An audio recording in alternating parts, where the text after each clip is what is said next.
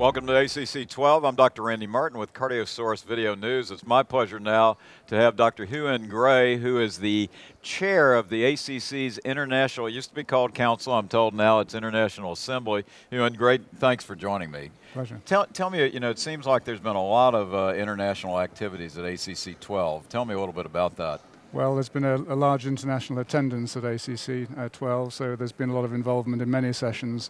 The highlights from the international point of view have been the Middle East conference on the Friday, well-attended, superb program, and the 18 parallel international sessions which occurred yesterday lunchtime, hosted by a combination of the ACC and national societies from 18 different countries around the world. So a lot of activities going on here, and I've just heard nothing but great things about them.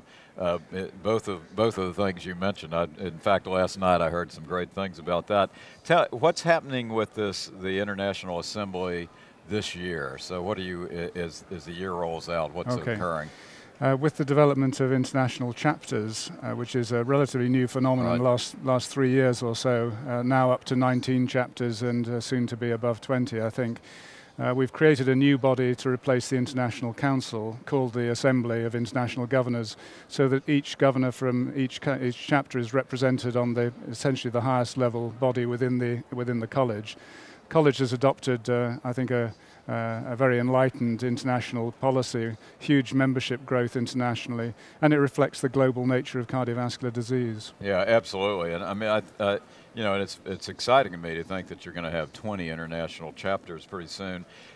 If we look at this international collaboration, and obviously we live in a world of international communication, how do you see the collaboration impacting, say, cardiovascular deaths and morbidity?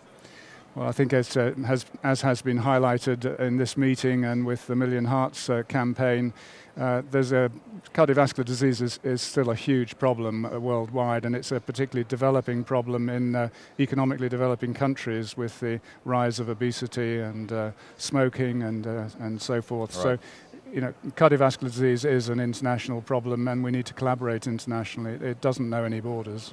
Yeah, and you're exactly right. Are there, as I sit here and listen, I'm thinking, how does the International Assembly impact that? In other words, is it by spreading guidelines, preventative things, the Million Heart? How do you see this collaboration really impacting that? Well, you've highlighted some of it, some obvious ones, which is to educate and share knowledge. But I would say one of the most fundamental things that it does is it actually increases collaboration. Right.